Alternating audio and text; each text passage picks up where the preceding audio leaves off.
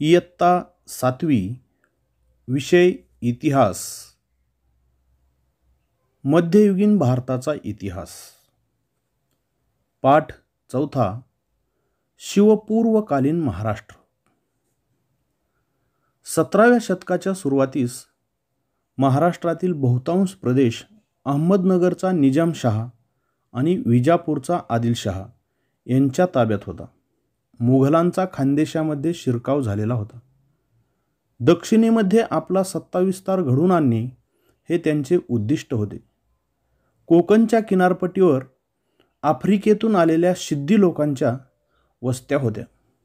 याच काळात युरोपातून आलेल्या पोर्तुगीज, इंग्रज, फ्रेंच व डच इत्यादी सत्तांमधील सागरी स्पर्धा आणि संघर्ष तीव्र होत होता. त्यांच्यात व्यापारासाठी बाजारपेठा काबीज करण्याची चढाओढ लागली होती. पश्चिम किनारपट्टीवरील गोव्यात आणि वसईत पोर्तुगीजांनी अगोदरच राज्य स्थापन केले होते, तर इंग्रज, डच, फ्रेंच यांनी व्यापारी कंपन्यांच्या माध्यमातून वखारींच्या रूपात चंचू प्रवेश केला होता. या सर्व सत्ता एकमेकांना आजमावत व स्वतःला सुरक्षित ठेवत, तसेच जमेल तेवढे वर्चस्व करण्याच्या बेतात होत्या. या संघर्षामुळे महाराष्ट्रात अस्थिरता व असुरक्षितता निर्माण झाली होती. युरोपातील या वेगवेगळ्या लोकांना त्यांच्या शिरस्त्राणावरून टोपकर म्हणत. शिवपूर्व काळातील लोकवस्ती, प्रजा आणि राज्यकर्ते यांच्यामधील दुवा म्हणून कार्य करणारे अधिकारी, बाजारपेठा, कारागीर वगैरेंचे स्वरूप समजण्यासाठी गाव, मौजा, कसबा आणि परगणा या भौगोलिक स्थानांची ओळख होणे आवश्यक आहे. अनेक गावांचा परगणा होत असे. सामान्यतः परगण्याच्या मुख्य ठिकाणाला कसबा म्हणत असत. कसब्यापेक्षा लहान असलेल्या गावाला मौजा म्हणत असत. आपण आता गाव, कसबा आणि परगणा यांची क्रमशः संक्षिप्त ओळख करून घेऊ. गाव किंवा मौजा. बहुतेक लोक गावामध्येच राहत. गावाला मौजा असेही म्हणत. पाटील हा गावाचा प्रमुख असे. लोकांनी गावातील जास्तीत जास्त जमीन लागवडीखाली आणावी यासाठी तो प्रयत्न करी. गावामध्ये तंटाबखेडा होत असे तेव्हा शांतता निर्माण करण्याचे काम पाटील करत असे. त्याच्या कामात कुलकर्णी मदत करत. जमा झालेल्या महसुलाची नोंद करणे हे काम कुलकर्णी करत असे. गावामध्ये निरनिराळे कारागीर असत. त्यांच्याकडे व्यवसायासंबंधीचे हक्क वंश परंपरेने चालत आलेले असत. गावात कारागीर जी सेवा देत असत त्याबद्दल शेतकऱ्यांकडून त्यांना शेतीतील उत्पन्नाचा काही वाटा मिळे. त्यास बलुत असे म्हणत. कसबा. कसबा हे एक मोठे खेडेगावच असे. सामान्यतः ते परगण्याचे मुख्य ठिकाण असे. उदाहरणार्थ इंदापूर परगण्याचे मुख्य ठिकाण इंदापूर कसबा, वाई परगण्याचे मुख्य ठिकाण वाई कसबा. गावाप्रमाणेच कसब्यामध्ये मुख्य व्यवसाय शेतीचा असे. तेथे सुतार, लोहार इत्यादी कुशल कारागीरही असत. कसब्याला जोडूनच बाजारपेठ असे. शेटे व महाजन हे पेठेचे वतनदार कारभारी असत. प्रत्येक गावात पेठ होतीच असे नाही. मात्र गावात पेठ वसवण्याचे काम शेटे महाजनांचे असे. त्यासाठी त्यांना सरकारातून जमीन आणि गावकऱ्यांकडून काही हक्क मिळत. पेठेचे हिशोब ठेवण्याचे काम महाजन पाहत असे. माहीत आहे का तुम्हाला, वीरमाता जिजाबाईंच्या आज्ञेनुसार पुण्याजवळील पाषाण येथे एक पेठ वसवली गेली. तिला जिजापूर असे म्हणतात. मालपुरा, खेलपुरा, परसपुरा, विठापुरा हे देखील मालोजी, खेलोजी, परसोजी आणि विठोजी यांच्या नावे औरंगाबाद येथे वसवलेल्या नव्या पेठा आहेत. खेडला जोडून असलेले शिवापूर ही शिवाजी महाराजांच्या नावे वसलेली पेठ होती. जाणून घेऊया. दोन खेडी स्वतंत्र आहेत हे दर्शवण्याकरिता बुद्रुक आणि खुर्द या नावांचा उपयोग केला जातो. मूळ गाव बुद्रुक आणि नवीन गाव खुर्द, उदाहरणार्थ वडगाव बुद्रुक आणि वडगाव खुर्द. परगणा. अनेक गावे मिळून परगणा होत असला तरी सर्व परगण्यांतील गावांची संख्या समान नसे. उदाहरणार्थ पुणे परगणा हा मोठा परगणा होता, त्यात 290 गावे होती. चाकण परगण्यात 64 गावे होती. शिरवळ परगणा लहान होता, त्यात 40 गावे होती. देशमुख व देशपांडे हे परगण्याचे वतनदार अधिकारी असत. देशमुख हा परगण्यातील पाटलांचा प्रमुख असे. गाव पातळीवर जे काम पाटील करत असे तेच काम परगणा पातळीवर देशमुख करत असे. तसेच परगण्यातील सर्व कुलकर्ण्यांचा प्रमुख देशपांडे असे. गाव पातळीवर कुलकर्णी जे काम करत असे ते काम परगणा पातळीवर देशपांडे करत असे. हे वतनदार अधिकारी रयत आणि सरकार यांच्यामधील दुवा होते. परगण्यातील गावांवरती कधी परचक्र आले किंवा दुष्काळासारखी परिस्थिती निर्माण झाली तर रयतेचे म्हणणे सरकारकडे मांडण्याचे काम वतनदार करत. काही वेळेला हे अधिकारी आपल्या अधिकाराचा दुरुपयोग करत. ते कधी रयतेकडून अधिक पैसा जमा करत तर कधी रयतेकडून गोळा केलेली रक्कम सरकारकडे जमा करण्यास विलंब लावत. अशा वेळी प्रजा त्रासली जात असे.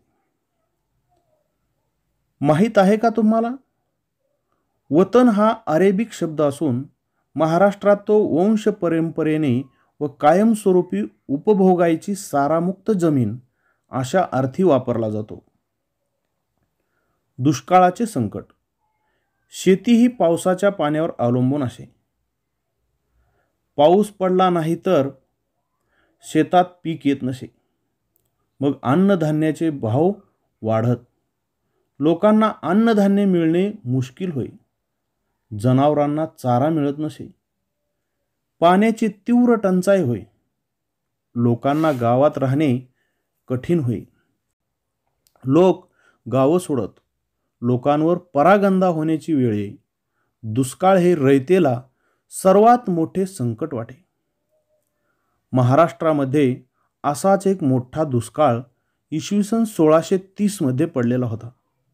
या दुष्काळाने लोक हवालदिल झाले. धान्याची तीव्र टंचाई निर्माण झाली. भाकरीच्या तुकड्यासाठी लोक स्वतःला विकून घेण्यास तयार होते, पण विकत घेणाराच कोणी नव्हता, असे वर्णन वाचायला मिळते. कुटुंबे उद्ध्वस्त झाली. गुरेढोरे मेली. शेती व्यवसाय खचला. उद्योगधंदे संपुष्टात आले. आर्थिक व्यवहार खुंटले. लोक देशोधडीला लागले. अशा उद्ध्वस्त झालेल्या लोकजीवनाची घडी बसवणे हे एक मोठे आव्हान होते. वारकरी पंथाचे कार्य. अंधश्रद्धा व कर्मकांड यांचा समाजावर जबरदस्त पगडा होता. लोक दैववादाच्या आहारी गेले होते. त्यांची प्रयत्नशीलता थंडावली होती. रयतेची स्थिती फारच हलाखीची होती. अशा परिस्थितीत समाजात चैतन्य निर्माण करण्याचे प्रयत्न महाराष्ट्रातील वारकरी पंथाने केले. महाराष्ट्रात संत नामदेव, संत ज्ञानेश्वर यांच्यापासून सुरू झालेली संत परंपरा समाजाच्या विविध स्तरांतून आलेल्या संतांनी पुढे चालवली. या संत परंपरेमध्ये समाजातील सर्व स्तरातील लोक होते. उदाहरणार्थ संत चोखामेळा, संत गोरोबा, संत सावता, संत नरहरी, संत शेना, संत शेख महम्मद इत्यादी. त्याचप्रमाणे संत मंडळीत संत चोखोबांची पत्नी संत सोयराबाई आणि बहीण संत निर्मळाबाई, संत मुक्ताबाई, संत जनाबाई, संत कान्होपात्रा, संत बहिणाबाई शिवूरकर यासारख्या स्त्रियाही होत्या. या संत चळवळीचे पंढरपूर हे केंद्र होते. विठ्ठल हे त्यांचे दैवत होते. पंढरपुरात चंद्रभागेच्या काठी ही सर्व संत मंडळी आणि वारकरी भक्तिसागरात न्हाऊन निघत.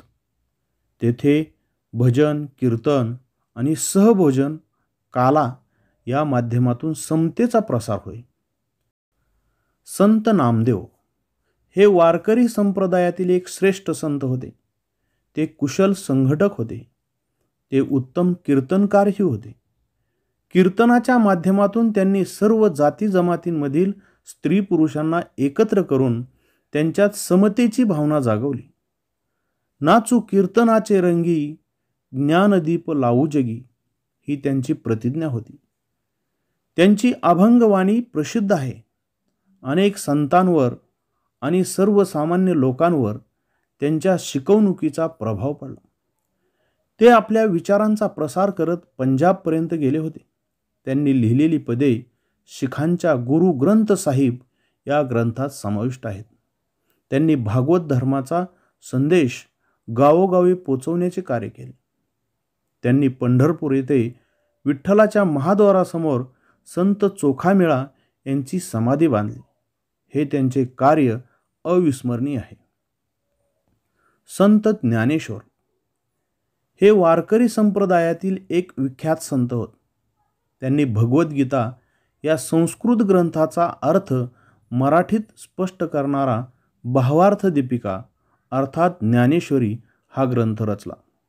तसेच त्यांनी अमृतानुभव या ग्रंथाची रचना केली.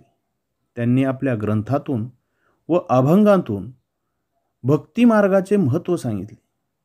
सामान्यांना आचारता येईल असा आचारधर्म सांगितला. वारकरी संप्रदायाला धर्माची प्रतिष्ठा मिळवून दिली. अतिशय प्रतिकूल परिस्थितीमध्ये जीवन जगावं लागलेले असूनही त्यांनी आपल्या मनाचे संतुलन ढळू दिले नाही आणि कटुताही बाळगली नाही. ज्ञानेश्वरीतील पसायदान उदात्त संस्कार करणारे आहे. ज्ञानेश्वरांचे बंधू संत निवृत्तीनाथ व संत सोपानदेव आणि भगिनी मुक्ताबाई यांच्याही काव्यरचना प्रसिद्ध आहेत. संत एकनाथ हे महाराष्ट्राच्या भक्ती चळवळीतील एक महान संत होत. त्यांचे साहित्य विपुल व विविध प्रकारचे आहे. त्यात अभंग, गवळणी, भारुडे इत्यादींचा समावेश होतो. त्यांनी भागवत धर्माची मांडणी सोपी व सविस्तर केलेली आहे. भावार्थ रामायणात रामकथेच्या निमित्ताने लोकजीवनाचे चित्र रेखाटले आहे. त्यांनी भागवत या संस्कृत ग्रंथाच्या भक्तिविषयक भागाचा अर्थ मराठीत विशद केला. त्यांच्या अभंगात जिव्हाळा आहे. परमार्थ प्राप्तीसाठी प्रपंच सोडण्याची आवश्यकता नाही हे त्यांनी स्वतःच्या आचरणाने दाखवून दिले. ते खऱ्या अर्थाने लोकशिक्षक होते. आपली मराठी भाषा कोणत्याही भाषेपेक्षा कमी नाही असे ते मानत. संस्कृत वाणी देवे केली तरी प्राकृत काय चोरापासूनही झाली असे त्यांनी संस्कृत पंडितांना ठणकावून विचारले. त्यांनी इतर धर्मांचा तिरस्कार करणाऱ्यांवर कडक टीका केली आहे. संत तुकाराम हे पुण्याजवळील देहू गावचे. त्यांची अभंग रचना प्रसन्न आणि प्रासादिक आहे. त्यांच्या अभंगांना श्रेष्ठ कवित्वाची उंची लाभली आहे. संत तुकारामांची गाथा ही मराठी भाषेचा अमोल ठेवा आहे. ते रंजल्या गांजल्यांमध्ये देवत्व पाहण्यास सांगताना म्हणतात, जे कारंजले गांजले त्याशी म्हणे जो आपुले, तोची साधू ओळखावा देव तेथेची जाणावा. आपल्या या दृष्टिकोनामुळेच त्यांनी आपल्याकडे असलेली लोकांना दिलेल्या कर्जांची कागदपत्रे इंद्रायणी नदीच्या डोहात बुडवली आणि कित्येक कुटुंबांना कर्जमुक्त केले. त्यांनी समाजातील दांभिकतेवर व अंधश्रद्धांवर अत्यंत कडक शब्दात टीका केली. भक्तीला नीतीची जोड देण्यावर त्यांचा भर होता. जोडोन या धन उत्तम व्यवहारे, उदास विचारे वेच करी, असे त्यांच्या शिकवणुकीचे सार सांगता येईल. समाजातील काही कर्मठ लोकांनी ते करत असलेल्या लोकजागृतीला विरोध केला. त्यांना मुळात अभंग रचण्याचा अधिकारच नाही असा दावा करून त्यांनी त्यांच्या वह्या इंद्रायणी नदीच्या डोहात बुडवल्या. त्यांनी या सर्व विरोधाला धीरोदात्तपणे तोंड दिले. संत तुकारामांचे शिष्य आणि सहकारी विविध जाती जमातींचे होते. नावजी माळी, गौनर शेठ वाणी, संताजी जगनाडे, शिवबा कासार, बहिणाबाई शिवूरकर, महादजी पंत कुलकर्णी ही त्यातली काही नावे. गंगाधर पंत मवाळ आणि संताजी जगनाडे यांनी संत तुकारामांचे अभंग लिहून ठेवले ही त्यांची महत्त्वाची कामगिरी होय. संत कार्याची फलश्रुती. संतांनी लोकांना समतेचा संदेश दिला, माणुसकी व मानवता धर्म शिकवला, एकमेकांवर प्रेम करावे, एकत्र यावे व एकजुटीने राहावे ही त्यांची शिकवण होती. त्यांच्या कार्यामुळे लोकजागृती झाली. परचक्र, दुष्काळजन्य परिस्थिती आणि निरनिराळ्या प्रकारची इतर निसर्ग संकटे आली असता त्यांची पर्वा न करता कसे जगावे याविषयी त्यांनी केलेला उपदेश हा लोकांचा मोठा आधार ठरला. त्यांच्या या कार्यामुळे महाराष्ट्रातील लोकांमध्ये आत्मविश्वास निर्माण झाला. समाजात धर्माची अवनती झाली होती. अशा वेळी संतांनी पुढे येऊन समाजाचे रक्षण केले. ते धर्माचा खरा अर्थ सांगू लागले. लोकांमध्ये राहून त्यांची सुखदुःखे समजावून घेत भक्ती मार्गाचा पुरस्कार करू लागले. अशा वेळी समाजातील काही कर्मठ लोक त्यांना विरोध करू लागले. हा विरोध सहन करणे म्हणजे आपल्या कर्तव्याचाच एक भाग आहे असे संत मानत असत. तुका म्हणे तोची संत, सोशी जगाचे आघात. या शब्दात संत तुकारामांनी खऱ्या संताचे लक्षण सांगितले आहे. शास्त्री पंडितांच्या अवघड भाषेतील धर्माला संतांनी सर्वसामान्यांच्या भाषेत आणले. दैनंदिन व्यवहारातील भाषेत त्यांनी परमेश्वराची आळवणी केली.